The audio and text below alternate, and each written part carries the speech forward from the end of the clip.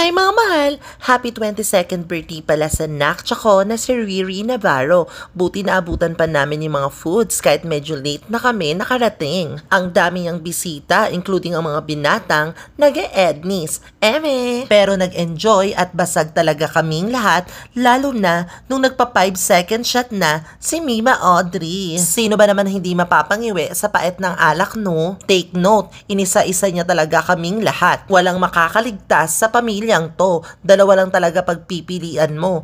Iinom ka o iinom kami pasa. Ganun. Hindi ko na rin maalala kung nakailang bote ng alak kami. Basta ang naalala ko lang, nag-enjoy kaming lahat sa kulitan, okrayan, harutan at kung ano-ano pang eksena. Kaya nung medyo late na, unti-unti nang nababawasan yung mga kainuman namin. Akala siguro nila hindi namin napansin. Medyo ngenge na talaga kami. Kitang-kita mo naman sa ate mo na si Riri. Kaya isang A muna dyan. Ang mahalaga, nag-enjoy ang ating birthday celebrant na si Riri. At dahil nga magkasunod lang din ang araw, ang birthday ni Riri at ni Audrey, sinalubong na rin namin ng mga sex bomb. Akala namin magdamag lang talaga yung inuman. Yun pala, hanggang umagahan din pala. Anyways, happy birthday again sa nakcha ko na si Riri at kay Mima Audrey. Kaya wag nyo kalimutan na supportahan sila sa kanilang mga social media accounts.